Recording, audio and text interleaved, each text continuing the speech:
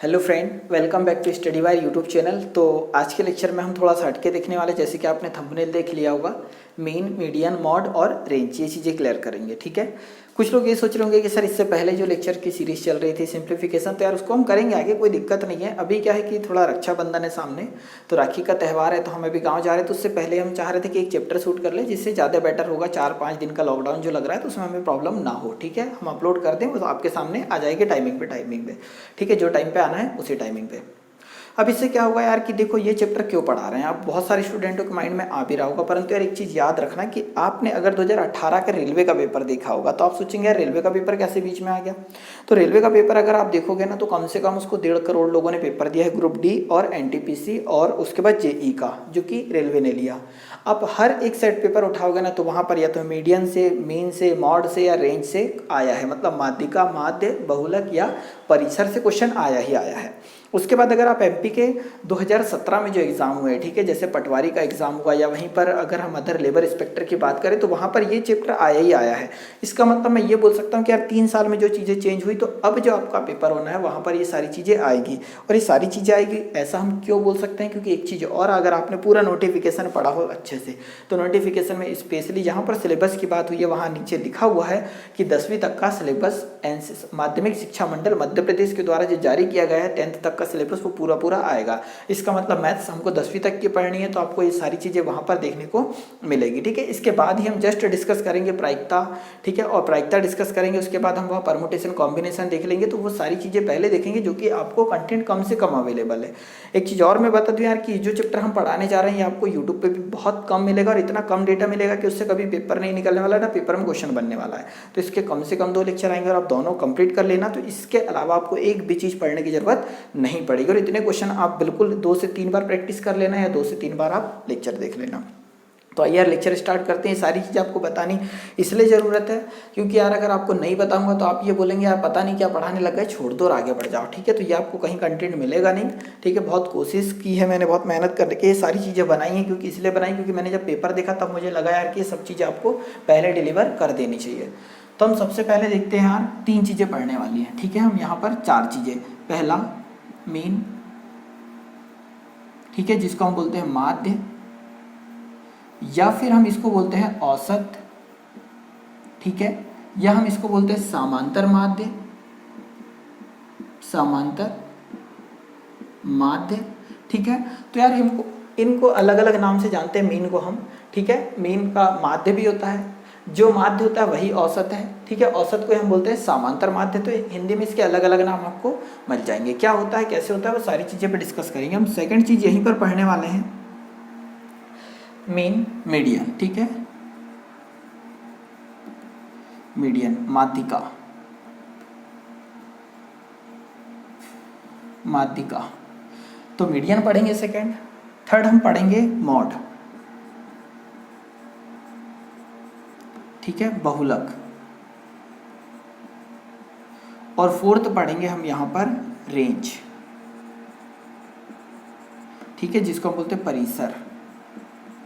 तो हम यहाँ पर इस लेक्चर में इन 4 चीज़ों को डिस्कस करेंगे, और जितने अभी तक क्वेश्चन बने हैं, ठीक है, क्वेश्चन बने हैं इन चारों चीज़ों से मिलाकर, जैसे इसमें बने हैं, ग्रुप डी में बने हैं, आरआरबी रेलवे में बने हैं, लेबर इंस्पेक्टर में बने हैं, 2017 के अदर जो एग्जाम हुए एमपी के उसमें बने, वो सब चीज़ें हम जितने क्वेश्चन हो सके मैंने सारे निकाल लिए, उनको सभी क्वेश्चन को हम देखेंगे इन तीनों लेक्चर में। मीन, मीडियन, मॉड और रेंज है। तो सबसे पहले हम बात कर लेते हैं यार किसकी, मीन की। ठीक है, मीन की बात कर लेते हैं माध्य की। तो माध्य में भी 3-4 प्रकार का माध्य होता है, तो उसको हम थोड़ा सा आगे देखेंगे, मतलब ये भी हो सकता है कि अगले लेक्चर में देखें। तो सबसे पहले अगर हम इसकी बात करें, तो मीन मतलब होता क्या है, तो समांतर माध्य, औसत या माध्य। तो कभी अगर आपको पेपर में औसत, तो आप जानते ही हैं, तो औसत बराबर से होता क्या है, तो औसत बराबर से होता है आंकड़ों का योग। ठीक है, आंकड़ों का योग बटे आंकड़ों की संख्या। ठीक है, आंकड़ों की संख्या। तो औसत बराबर से होता है आंकड़ों का योग बटे आंकड़ों की संख्या। तो हम इसी को क्या बोलेंगे, मीन बोलेंगे। ठीक है, मीन, या इसी को हम बोलेंगे क्या, माध्य। ठीक है, तो चलो यार हम स्टार्ट करते हैं, 1-2 क्वेश्चन इसके देखते हैं, फिर धीरे से आगे बढ़ जाते हैं। आगे अगर हम देखें तो देखो यार, मीन कैसे निकालना है, फिर माध्यिका पे चलते हैं, फिर बहुलक पे चलते हैं, और अदर जो इसमें क्वेश्चन आते हैं। ठीक है, मतलब इस प्रकार का आपको फॉर्मूला देखने को कभी ना कभी जरूर मिला होगा। Sum of x upon sum of f. क्या ये चीज़ें देखने को मिली है? बहुत सारी चीज़ें यहाँ पर एफ एक्स भी मिल जाएगा आपको। तो इस प्रकार के जितने भी क्वेश्चन होंगे हर एक क्वेश्चन हम डिस्कस कर रहे होंगे। यहाँ पर एक्स का मतलब क्या है, समेशन का मतलब क्या है, सिग्मा जिसको आप बोलते हैं। तो मीन मतलब होता है औसत बराबर से आंकड़ों का योग बटे आंकड़ों की संख्या। अगर हमें क्वेश्चन दे रखा हो यार, सपोज यहाँ पर क्वेश्चन ले लेते हैं हमें 5, 7, 9, 3, 13 और 12, ठीक है। और इसका बोल दे कि इसका मीन ज्ञात करो, ठीक है, या माध्य ज्ञात करो। माध्य, या हम इसी को बोल सकते हैं कि इसका मीन ज्ञात करिए, find the value of x. इसी को बोलते हैं, एक चीज़ और याद रखना, एक्स बार से रिप्रेजेंट करते हैं। अगर आपसे बोलते हैं कि एक्स बार ज्ञात करो, इस पूरे का क्या ज्ञात करो, एक्स बार ज्ञात करो, मतलब निकालना क्या है, माध्य या मीन लगाना है। तो ये डेटा दे देगा और एक्स बार इक्वल टू अगर क्वेश्चन मार्क दे दिया तब भी आपको याद रखना है, निकालोगे क्या, औसत। तो यार औसत निकालोगे तो औसत बराबर से आंकड़ों का योग बटे आंकड़ों की संख्या। तो हमें मीन निकालना है, ठीक है। तो मीन बराबर से आंकड़ों का योग मतलब कितना, 5 + 7 + 9 + 3 + 13 + 12 और बटे में कितने आंकड़े जोड़ रहे हैं यार हम, 3 और 3 कितने, 6। तो बटे में कितना आ जाएगा, 6। जोड़ दो, 5 और 6 कितना, सॉरी 7 और 5 कितना हो जाएगा, 12, 12 और 9 हो जाएगा 21, 21 और 3 हो जाएगा 24, 24 और 3 कितना हो जाएगा 27, 10 37, 37 और 2 हो जाएगा 39 और 49, ठीक है। मतलब 49 मतलब 49 डिवाइडेड बाय 6। ये फाइनली क्या हो रहा होगा, आंसर। ये क्या है, मीन है। एक क्वेश्चन और देखते हैं यार, कि अगर आपको ऐसा कुछ लिखा मिल जाए, चाहो तो आप इनका स्क्रीनशॉट ले सकते हैं, या अगर लिखना है तो आप लिख भी सकते हैं। यदि आपको कुछ इस प्रकार से क्वेश्चन दे दें, एक छोटा सा क्वेश्चन और ले लेते हैं, 5, 7, 13, ठीक है। जो मैंने क्वेश्चन लिखा है उनको जरूर कर लेते हैं, क्योंकि थोड़ी मेहनत से मैंने क्वेश्चन बनाए हैं, 3, 3, 4, 4 की। किस प्रकार से हम बना सकते हैं, 5, 7, 11, 3, 2, 5 और 8। इसका क्या ज्ञात करना है, तो डायरेक्टली ये डेटा दे देगा और बोल देगा कि find the value of x bar. तो आपको एक्स बार देख के पता चल जाना चाहिए कि निकालना क्या है, मीन, ठीक है, औसत निकालना है या फिर माध्य निकालना है। तो हम इतना जानते हैं यार कि माध्य बराबर से होगा क्या, तो आंकड़ों का योग बटे आंकड़ों की संख्या। तो आंकड़ों का योग मतलब 5 + 7 + 11 + 3 + 2 + 5 + 8 बटे में कितने आंकड़े जोड़े यार हमने, तो 1, 2, 3, 4, 5, 6, 7। तो 7 आंकड़े जोड़े तो बटे में 7 का भाग देंगे हम, और जब 7 से डिवाइड करेंगे तो अंश की सारी संख्याओं को जोड़नी पड़ेगी। 7 और 5 12, 12, 11 दूनी 22 और 1 23, 3 26, 27 28, 28 और 5 हो जाएगा 33, 33 और 8 हो जाएगा कितना, 42, ठीक है। तो 42 बटे में कितना, 7। तो 7 छंग कितना, 42। तो फाइनली जो मीन आ रहा होगा, ठीक है, मीन आ रहा होगा, माध्य आ रहा होगा, कितना आ जाएगा, 6। क्या ये चीज़ समझ पाए आप? तो आप बोलेंगे बिल्कुल हाँ। इसी में एक थोड़ा सा हट के क्वेश्चन किस प्रकार से आया वो चीज़ें भी देख लो यार। सॉरी यार, हमने पुस्तक में तो 41 लिख के रखा है, यहाँ 42 आ रहा है, ठीक है। कैलकुलेशन देख लेते 1 मिनट। 7 और 5 12, 12 और 11 हो जाएगा 13, 23, 23 और 26, 27, 28, 28, 5 हो जाएगा 33, 33 और 8 हो जाएगा 41। सॉरी यार, यहाँ आ रहा होगा कितना, 41। तो 41 बटे 7 होगा फाइनली क्या, आंसर। हो सकता है थोड़ा कैलकुलेशन में इधर उधर हो जाए, ठीक है। आगे देखते हैं यार। अब इसी प्रकार के क्वेश्चन को आपको इस प्रकार से देखने को मिल सकता है, जैसे कि मैं एक क्वेश्चन लिख दूं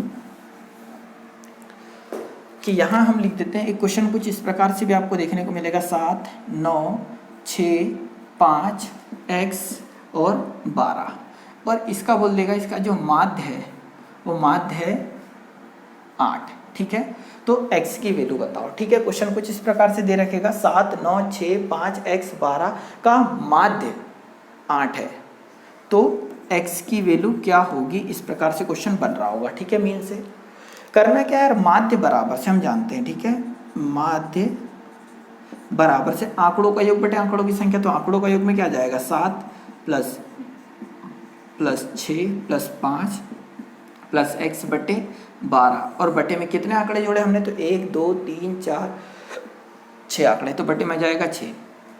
यहाँ पर मैं क्या लिख दूँ, माध्य में दे रखा है कितना, 8, तो यहाँ पर आ जाएगा कितना, 8 बराबर से। देखो अब इन्हें जोड़ देते हैं, तो 7 और 9 कितना हो जाएगा यार 16, 16 और 6 कितना जाएगा 22, 22 और 5 कितना जाएगा 27, 27 28 29, 29 और 10 हो जाएगा 39, ठीक है। मतलब 39 प्लस कितना x डिवाइडेड बाय 6 बटे का 6 इधर काय में जा रहा होगा गुणे में, तो 6 8 डायरेक्ट कर कितना कर लूँ 6 8 48, ठीक है, इतना हो जाएगा। प्लस का 39 इधर आएगा तो कितना आ जाएगा माइनस का, ठीक है, माइनस का आ जाएगा तो 18 में से 9 जाएगा कितना 9 और 3 में से 3 जाएगा 0, मतलब x की वैल्यू फाइनली कितनी आ जाएगी 9 आ जाएगी। समझ पा रहे किस प्रकार से क्वेश्चन आएंगे और करना कैसे है। तो एक क्वेश्चन और देखते हैं यार, और नंबर ऑफ क्वेश्चन है, ठीक है, चाहो तो आप स्क्रीनशॉट ले सकते हैं। क्वेश्चन कुछ इस प्रकार रहेगा कि संख्या 7 9 6 5 x 12 का समांतर माध्य 8 है तो x का मान ज्ञात कीजिए, ठीक है। इस प्रकार से क्वेश्चन आपको देखने को मिलेगा।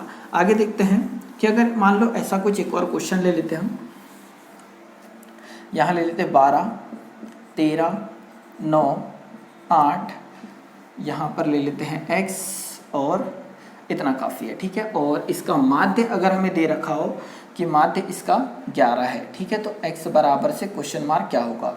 मतलब क्वेश्चन अगर आप लिख रहे हैं तो कुछ इस प्रकार से थ्योरी लिख सकते हैं कि संख्या 12 13 9 8 और x का समांतर माध्य अगर 11 है तो x की वैल्यू ज्ञात कीजिए। समांतर माध्य तो हम जानते हैं कि माध्य बराबर से, ठीक है, आंकड़ों का योग बटे आंकड़ों की संख्या, तो आंकड़ों का योग में क्या जाएगा 12 plus 13 plus 9 plus 8 plus x बटे में कितना जाएगा, तो 3 और 2 कितने आंकड़े जोड़े हमने 5, तो बटे में जाएगा 5। माध्य की जगह कितना लिख देंगे 11, तो यहाँ जाएगा 11 बराबर से, इनको तो जोड़ना पड़ेगा ना यार, तो 12 दूनी 24 और कितना 25, 25 और जब हम 9 जोड़ेंगे तो कितना आ रहा होगा 34, 34 और 8 जब हम जोड़ेंगे तो कितना जाएगा 42, कितना जाएगा 42, और प्लस में कितना है हमारे पास x बटे में कितना है 5, तो 11 25 55, माइनस का कितना जाएगा प्लस की संख्या माइनस में तो 42 बराबर से कितना x, 5 में से जब 2 घटाएंगे तो बचेगा 3 और 5 में से 4 घटाएंगे तो बचेगा 1, मतलब x की वैल्यू कितनी आ जाएगी 13। तो यार यहाँ तक अब मैं ये मान सकता हूँ कि इस प्रकार के अगर क्वेश्चन आपको देखने को मिलते हैं या प्रैक्टिस सेट में या पेपर में या अपने आसपास कहीं भी जब आप पढ़ रहे हैं तब, तो आप इन क्वेश्चनों को सॉल्व कर पाएंगे। तो ये हो गया हमारा माध्य, जिसको औसत समांतर माध्य या माध्य कुछ भी बोला जा सकता है, मीन। अब बात आती है मीडियन, ठीक है, मीडियन को कैसे सॉल्व करेंगे। देखो यार मिटा दें इसको, तो आप बोलेंगे बिल्कुल हाँ साफ कर दो, इतना टाइम क्यों वेस्ट कर रहे हो, हमारा टाइम वेस्ट नहीं है बेटा, है ना, सीख रहे हैं आप कुछ चीज़ें, और चलती का नाम ही गाड़ी है, ठीक है।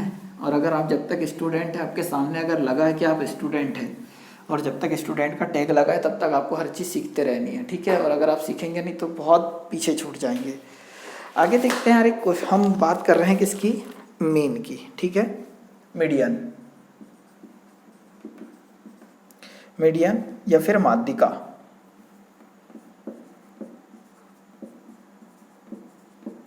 क्वेश्चन कुछ इस प्रकार से, यहाँ पहला क्वेश्चन 4 12 3 7 8 2 4 6 8, ठीक है।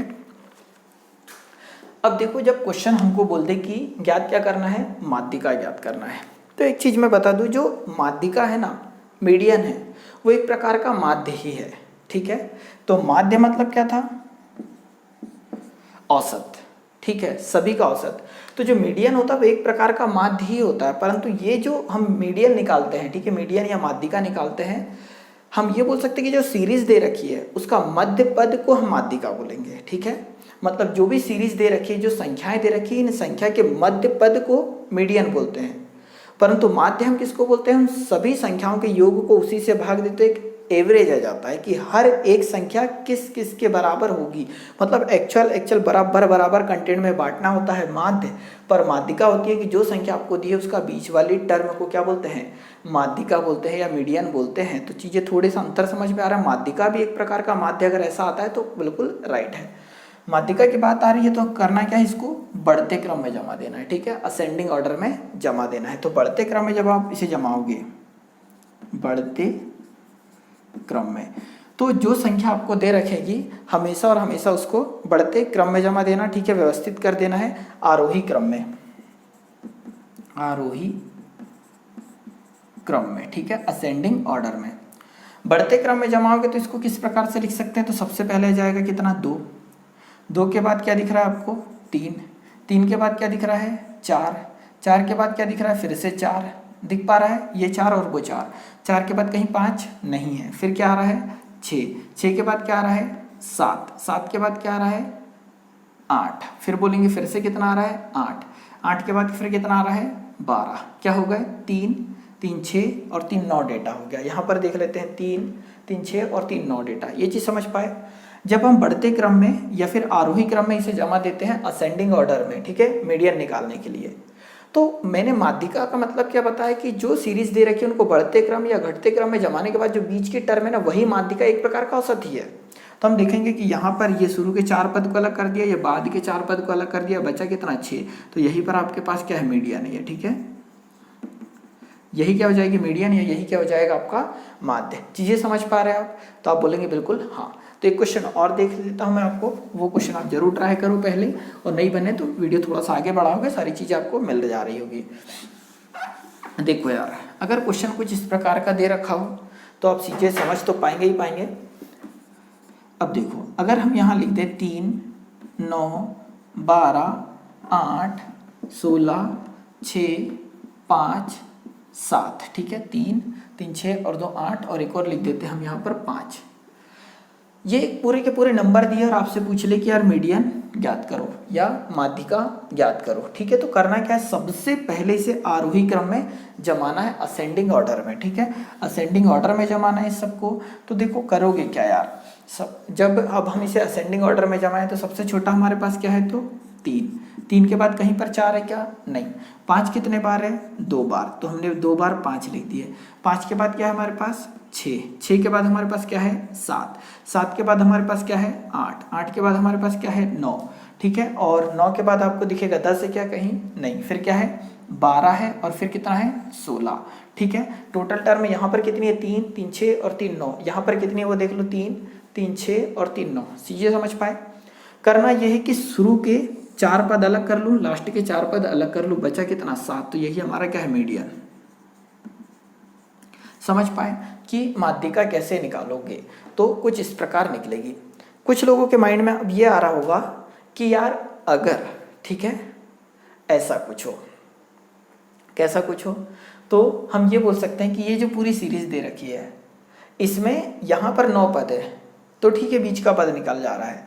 अगर मान लो ऐसी कुछ कंडीशन होती जैसा कि आपको लिख रखा है ऊपर, तब भी क्या करना है। अब देखो यहाँ पर टोटल पद दिए हैं कितने 8, 3 3 6 और 2 8 पद। फिर से जब अगर ऐसे क्वेश्चन भी हो तब भी आपको असेंडिंग ऑर्डर में ही जमाना है। मतलब कैसे जमा लोगे, 3, फिर उसके बाद आ जाएगा 5, 5 के बाद आ जाएगा 6, 6 के बाद 7, 7 के बाद 8, फिर 8 के बाद मिल जाएगा कितना 9, 9 के बाद 12 और 12 के बाद 16, ठीक है। 3 3 6 और 2 8 पद मिल गए। हमने ये बताया कि जो माध्यिका होती है ना, जो बढ़ते क्रम या घटते क्रम में जो सीरीज जमाई जाती है, जो संख्याएं जमाई जाती है, उसका बीच का पद होता है। तो यार देखो 3 पद तो मैंने यहाँ के इधर अलग कर लिए, 3 पद तो यहाँ के अलग कर लिए, तो 3 उधर हटा दिए, 3 इधर हटा दिए, अभी भी बीच में कितने पद बचे 2। तो इनका औसत निकाल लो, इनका औसत निकाल लो मतलब कैसे, तो 7 + 8 बटे में 2 कर दो, तो 7 और 8 कितना होता है 15, ठीक है। तो 15 बटे 2 कर देंगे तो आएगा कितना 7.5, ये हो जाएगा आपका क्या मीडियन। समझ पा रहे हैं कैसे निकालेंगे, तो आप बोलेंगे बिल्कुल हाँ। एक क्वेश्चन और ले लेते हैं। देखो यार कि अगर कुछ इस प्रकार से दिया हो, अगर मान लेते हैं 112 109 105 115 121, ठीक है, 3 2 5 और यहाँ 127। यहाँ पर अगर आपसे पूछ ले कि यार बताओ माध्यिका क्या होगी, तो फिर से वही प्रोसेस करनी, पहले तो बढ़ते क्रम में जमाना है। तो सबसे पहले आके जाएगा 105, फिर उसके बाद 109, फिर 109 के बाद क्या जाएगा 112, फिर उसके बाद कितना जाएगा 115, फिर आ जाएगा 121, फिर आ जाएगा 127, ठीक है। 3 और 3 6 पद। समझ पा रहे कैसे करा। अब क्या करना है यार, हमको माध्यिका निकालना। टोटल पद हमारे पास 6 आ गए, तो 2 पद इधर के 2 पद इधर के, ये छोड़ दिए, बीच के जो पद है उनको जोड़ दो यार। इन दोनों को जोड़ेंगे तो 5 और 2 कितना 7, 1 और 1 2, 1 और 1 2, तो 227 आएगा और 2 से भाग देना है। 2 से भाग दोगे तो 2 एकम 2, 2 एकम 2, 2 तिया 6, दशमलव कितना 5, तो 113.5 आपका क्या जाएगा, माध्यिका आ जाएगा। ठीक है, तो आप इतना जरूर समझे होंगे। अब देखो यार, हमने क्या पढ़ चुके हैं, माध्य और माध्यिका, इसका भी हम थोड़ा सा और आगे रिलेशन भी पढ़ेंगे। अब बात है बहुलक की बारी। ठीक है, जो नॉर्मल क्वेश्चन है कि इनसे बन जाते थे, और ये बोल सकते हैं कि अगर पेपर सरल आता है तो अभी भी ये सारी कंडीशन आपको पेपर में मिल रही होंगी, परंतु अगर थोड़ा भी टफ आता है तो क्या टफ आता है, हम उधर जरूर चलेंगे आगे थोड़ा सा, है ना। अब हमने माध्य देख लिया और माध्यिका देख लिया, अब बात आती है बहुलक की या फिर मॉड की। बहुलक, अब बहुलक की अगर हम बाहर की बात करें तो बहुलक का मतलब होता है बारंबारता, फ्रीक्वेंसी जिसको हम बोलते हैं। ठीक है, तो बहुलक का मतलब होता है बारंबारता या फ्रीक्वेंसी। जैसे कि अगर मैं कोई क्वेश्चन कुछ इस प्रकार से लिख दूं कि 2, 3, 5, 7, 2, 8, 13, 2। ठीक है, यदि आपको ये डेटा दे रखा हो, ठीक है, डेटा दे रखा हो कि 2, 3, 5, 7, 2, 8, 13 और 2, और आपसे आप पूछ ले कि यार बताओ इसका मॉड क्या होगा। ठीक है, मॉड क्या होगा, find the value of mod. तो आप क्या करोगे, बहुलक का मतलब होता है बारंबारता, तो बार बार क्या आया है यहाँ पर, तो आया है 2, 2 और 2, कितने बार आया है, 3 बार, तो 3 नहीं लिखना है, 2 लिखना है। तो फाइनली जो बहुलक होगा वो कितना होगा, 2 होगा। चीजें समझ पा रहे हैं। एक क्वेश्चन और लिख देते हैं, अगर मैं यहाँ लिख दूँ 3, 7, 9, 12, 15, ठीक है, 9, 3, 7, ये हमने लिख दिया। अब मैं यहाँ से बोल दूँ कि यार मॉड बताओ, इसका मॉड क्या होगा। ठीक है, तो आप देखेंगे 3 कितने बार आया है, 2 बार। चीज़ें समझना, 3 कितने बार आया है, 2 बार। 7 कितने बार आया है, 2 बार। 9 कितने बार आया है, 2 बार। मतलब यहाँ पर 3 संख्या जो कि 3, 7 और 9, 3, 7 और 9 तीनों ऐसी संख्या है जो 2 बार रिपीट हुई है। तो इसका जो मॉड होगा ना मेरे भाई, वो होगा 3 भी होगा, 7 भी होगा और 9 भी होगा। तो इसके जो बहुलक है वो 3, 7 और 9 तीनों के तीनों है। तो ऑप्शन में जहाँ पर 3, 7 और 9 तीनों होंगे ना, वो आपका होगा आंसर। इसका मतलब ये है कि जो बहुलक है ना वो एक से अधिक हो सकते हैं। ठीक है, बहुलक जो है एक से अधिक हो सकते हैं, क्योंकि यहाँ पर 3 अंक ऐसे जो कि 3 संख्याएं ऐसी है जो कि समान बार रिपीट हुई है, मतलब 2 बार, इसलिए इसका बहुलक क्या होगा, मॉड होगा इसका 3, 7 और 5 तीनों के तीनों होंगे। समझ पा रहे हैं। जैसे कि अगर मान लो ये क्वेश्चन हो रहा होता है ना, ये क्वेश्चन हो रहा होता है, यहाँ से हम 2 मिटा देते हैं और एक 3 लिख देते हैं। ये जो क्वेश्चन है हमारे पास, एक क्वेश्चन और ले लेते हैं ये वाला, और हम बोलते हैं कि यार इसका बहुलक बताओ, मॉड बताइए, तो इसका मॉड क्या होगा। तो आपको दिख रहा होगा, आप इसको सॉल्व करोगे तो यार देखो 2 हमारे पास कितने बार है, 2 बार है। 3 हमारे पास कितने बार है, 2 बार है। और कुछ रिपीट है क्या, नहीं। तो इसका अगर हम मॉड की बात करते हैं ना यार, तो इसका जो मॉड होता वो 2 भी होता और 3 भी होता, क्योंकि 2 भी 2 बार रिपीट हुआ है और 3 भी 2 बार रिपीट हुआ है। इसीलिए इसका जो मॉड या बहुलक होगा कितना, 2 भी होगा और 3 भी होगा। मतलब कुछ इसी प्रकार से ऑप्शन आपको मिलेगा, 2,3। तो हम ये बोल सकते हैं कि आप बहुलक भी चीजें समझे। ठीक है, आगे चलते हैं। हमने सीख लिया माध्य, माध्यिका और बहुलक। अब आगे देखते हैं यार कि अभी जो हमारा पेपर में है ना, जो भी पेपर बना था उसमें मैक्सिमम फॉर्मूले से रिलेटेड क्वेश्चन मिले हैं 2017-18 में। इसका ये मतलब है कि हमको फॉर्मूले तक चीजें चलनी है। अब आगे देखो यार, हमने परिसर की बात कर लेते हैं। ठीक है, जिसको हम रेंज बोलते हैं, रेंज, परिसर। तो अगर हम रेंज की बात करें तो यार रेंज क्या है, अगर जिसका इंग्लिश मीडियम होगा तो वो चीज़ समझ पा रहे होंगे। रेंज मतलब होता है दूरी, कम से और अधिक के बीच की दूरी। तो हम ये बोल सकते हैं कि अगर मैं कोई डेटा दे दूं, यहाँ पर देखो इससे भी क्वेश्चन बनते हैं। ऐसा मत सोचना कि यार रेंज से क्वेश्चन नहीं आएगा। तो अगर मैं क्वेश्चन लेती हूँ 3, 7, 9, 12, 3, 2, 13 और 26, इसकी अगर रेंज की बात करूं तो रेंज का मतलब होता है सबसे छोटा मान और सबसे बड़े मान के बीच अंतर कितने का है। ठीक है, तो अगर मैं रेंज की बात करूं, रेंज इक्वल टू होता है, ठीक है, रेंज इक्वल टू हो जाएगा यहाँ पर सबसे बड़ा मान। ठीक है, मतलब हम ये बोल सकते हैं कि biggest number minus lowest number. ठीक है, तो यहाँ पर क्या हो जाएगा, सबसे बड़ी संख्या, बड़ी संख्या माइनस छोटी संख्या, छोटी संख्या। तो जो रेंज हो जाएगी वो बड़ी संख्या माइनस छोटी संख्या होगी हमेशा। तो रेंज आर इक्वल टू, बड़ी संख्या यहाँ पर कितनी है, तो आप बोल दोगे कितनी नहीं, मतलब कौन सी है, तो क्या हो जाएगी 26, और सबसे छोटी संख्या यहाँ पर क्या है तो 2। तो फाइनली जब हम सॉल्व करेंगे तो आंसर कितना आएगा 24। तो हम ये बोल सकते हैं कि इस क्वेश्चन का जो रेंज है वो रेंज कितनी आ जाएगी 24। चीज़ें समझ पा रहे हैं, तो आंसर आ जाएगा 24। एक क्वेश्चन और देख लेते हैं यार, और आप ये मत सोचना कि इनसे क्वेश्चन नहीं आते, क्वेश्चन इससे भी बने हुए हैं। अगर आप बहुत सारे प्रैक्टिस सेट लगा लोगे तो आपको ये रेंज के क्वेश्चन भी मिल जाएंगे, और ये एसएससी के पेपर में आया हुआ क्वेश्चन है, ठीक है। थोड़े से नंबर चेंज है इधर उधर, परंतु सेम टू सेम आपको इसी प्रकार का मिल जाएगा। आगे देखते हैं यार, एक क्वेश्चन अगर मैं लिख दूँ यहाँ पर 13, 26, 39, 41, 12, 9 और 17, यहाँ पर पूछ ले कि इसकी रेंज क्या होगी, ठीक है, इसकी रेंज क्या होगी। तो आप जानते हैं कि सबसे बड़े पद में से जो सबसे बड़ी संख्या में सबसे छोटी संख्या माइनस करेंगे, दोनों का जो डिफरेंस है वही क्या है, रेंज है। सबसे बड़ी संख्या क्या हमारे पास, तो यहाँ 41, सबसे छोटी संख्या हमारे पास यहाँ पर क्या है, तो 9। चीज़ें समझ पाए। तो यार अंतर कितने का आ जाएगा, तो अंतर यहाँ जब करेंगे तो आ जाएगा कितना, 32। तो हमारी जो रेंज है वो कितनी आ जाएगी, 32। आप ये चीज़ समझ पाए। अब देखो एग्जामिनर है वो इतना सरल डेटा देगा नहीं, तो डेटा थोड़ा सा अगर यहीं पर हम घुमाएं तो डेटा अगर घुमाएं तो क्या आ सकता है वो चीज़ देखो। तो क्वेश्चन मिटाते हैं। अब ये देखो यार कि अगर हम इसमें थोड़ा चेंज करना चाहें तो चेंज करके चीज़ें क्या आ सकती है। यहाँ पर अगर मैं कुछ इस प्रकार से लिख दूँ, ठीक है, मतलब कुछ एक क्वेश्चन है ये, यहाँ लिख देते हैं। पहले एक चीज़ ये बता दो, छोड़ो यार, आ जाएगा 5, 7, -3, 2, 6 और 8। ये डेटा दे रखा है और इसकी बोल दी कि इसकी रेंज ज्ञात करो, ठीक है, रेंज ज्ञात करो या परिसर ज्ञात करो।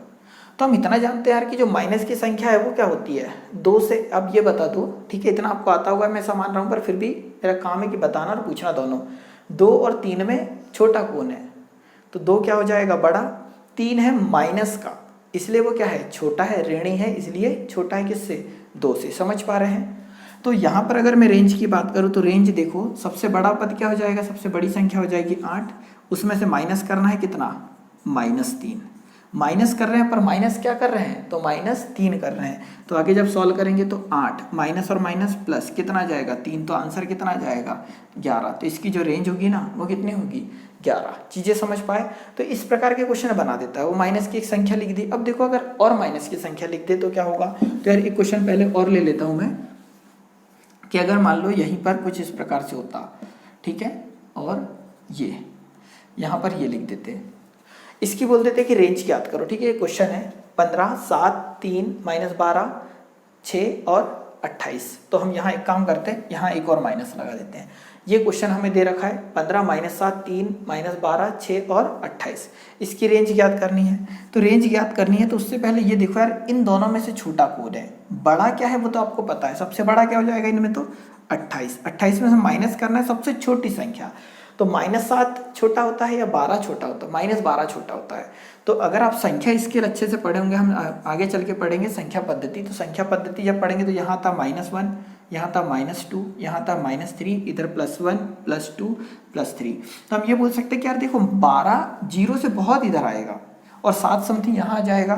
तो 12 0 से जितनी ज़्यादा दूर आ रहा है, इसका मतलब 12 और छोटा माइनस का, और 7 -7 12 से क्या है, बड़ा। चीज़ें समझ पा रहे हैं। तो अब देखो यार, हम रेंज निकालते तो सबसे बड़े पद में से सबसे छोटा पद, सबसे बड़ी संख्या में सबसे छोटी संख्या घटाएंगे तो इन दोनों में छोटा क्या है, तो -12। और आगे सॉल्व करेंगे तो यार माइनस माइनस प्लस, तो 28 प्लस आ जाएगा 12। तो सॉल्व करेंगे तो 30 और 10 40। ये फाइनली क्या होगा, आंसर होगा। चीज़ें समझ पा रहे हैं तो आप बोलेंगे बिल्कुल हाँ। अब अगर मान लो क्वेश्चन कुछ इस प्रकार से होता है, ठीक है, ये पूरा का पूरा क्वेश्चन अगला बन गया हमारा कि पूरी की पूरी संख्या माइनस की होती है और यहाँ पर आपसे पूछ लेता है कि इसकी रेंज बताओ, ठीक है, इसका परिसर ज्ञात करो। परिसर ज्ञात करो तो -15, -7, -3, -12, -6 और -28 है। तो इतना जानते हैं हम, सबसे बड़ी संख्या में से सबसे छोटी संख्या घटाएंगे तो पूरी संख्या जब माइनस की है तो इसमें सबसे बड़ा क्या हो जाएगा। तो अब भी हमने संख्या स्केल देखी तो 0 के पास ये 0 है, ये -1, -3। सबसे बड़ा क्या आएगा, -3 आएगा। ये चीज़ समझ पा रहे हैं। तो सबसे बड़ी संख्या में से माइनस करना है सबसे छोटी संख्या। तो इस स्केल में इधर सबसे लास्ट में क्या आ रहा होगा इन संख्याओं में से, तो -28। तो यहाँ कितना जाएगा माइनस का 28। समझ पा रहे हैं आप? तो हमने क्या कर दिया कि सबसे इन पूरी माइनस की संख्याओं में सबसे बड़ी संख्या थी माइनस का 3, उसमें से घटाया क्या सबसे छोटी संख्या, और इन सब में सबसे छोटी संख्या क्या है माइनस का 28। तो आगे अगर हम सॉल्व करेंगे तो माइनस का 3 और माइनस प्लस और कितना जाएगा 28, तो फाइनली आंसर कितना आएगा 25। तो हम ये बोल सकते हैं कि इस क्वेश्चन की जो रेंज होगी वो कितनी हो जाएगी, तो 25 हो जाएगी। ठीक है, तो हम इतना कुछ सीखे। एक मिनट टाइम देख लेते पहले। तो यार देखो लेक्चर हो गया समथिंग 30 मिनट का, और 30 मिनट का हो गया, इसका मतलब कि आगे इसके 2 लेक्चर और आ सकते हैं। ठीक है, कितने 2 लेक्चर और, मतलब जो परिसर, मतलब हम ये बोल सकते हैं माध्यिका, माध्य और बहुलक के जो ग्राफ वाले क्वेश्चन जो अभी तक पेपर में कहीं ना कहीं पूछे जा चुके हैं। ठीक है, अंडर ग्रेजुएट जो भी पेपर होते हैं कॉम्पिटेटिव एग्जाम उसमें, ठीक है, जो कि MP के हो या इंडिया लेवल के, तो इसमें और फिर फॉर्मूले से रिलेटेड वो सारे क्वेश्चन हम इस अगले 2 लेक्चर में देखेंगे, या फिर ग्राफ वाले हो या फिर आपके पूरा परिसर बना हुआ हो या फिर फॉर्मूले से रिलेटेड हो। तो अभी हमने ये काफ़ी बेसिक चीज़ें करी, इनसे भी क्वेश्चन आपको मिलेंगे देखने को, तो आप इसे देखिए। अगले जो 2 लेक्चर आएंगे आप उन्हें भी जरूर देखना। ठीक है, और वीडियो अगर अच्छा लगा हो तो यार इसे लाइक कर दो और शेयर कर दो। ठीक है, और यदि फर्स्ट टाइम चैनल पर आ रहे तो चैनल सब्सक्राइब करना बिल्कुल ना भूलना। ठीक है, अगले लेक्चर में फिर मुलाकात होगी, जब तक के लिए जय हिंद जय भारत।